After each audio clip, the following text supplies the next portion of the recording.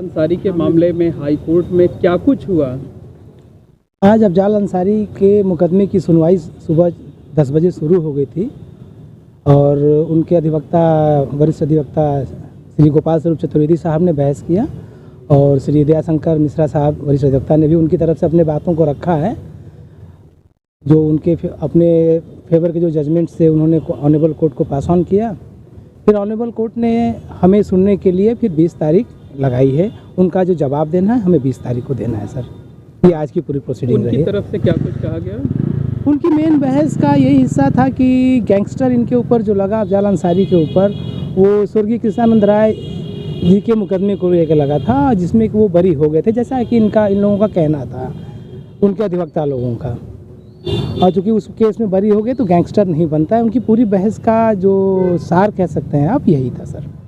अभी उनकी बहस पूरी नहीं हुई है? उनकी बहस करीब करीब कंक्लूड हो गई है। एक विटनेस को उनको पढ़ना था, उन्होंने कहा एक विटनेस पढ़ना है और फिर उसी दिन 20 तारीख को हमको भी जवाब देना है सर, उनकी जो भी आर्गूमेंट है उसका।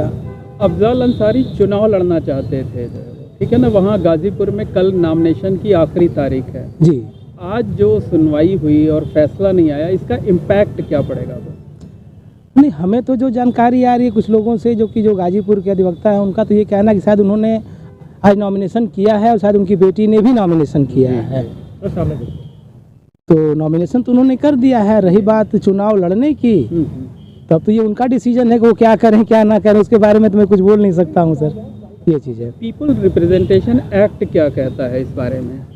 रिप्रेजेंटेशन ऑफ पीपल एक्ट ये कहता है कि अगर कोई व्यक्ति जिसको सज़ा हो जाती है 2 साल तक की, तो जैसे ही सज़ा होगी विथ इमीडिएट इफेक्ट उसकी सदस्यता चली जाएगी सर। और यहाँ जो है हाई कोर्ट को 30 जून के पहले जजमेंट करना है, तो 20 तारीख को सुनवाई। तो मान के चलिए हम लोगों का जो अंदेशा है कि मई के लास्ट तक जजमेंट आ जाएगा इस केस में। चुनाव तो वो लड़ सकते हैं?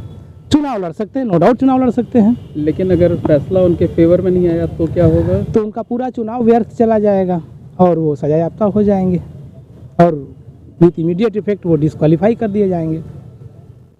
यस सर, ठीक।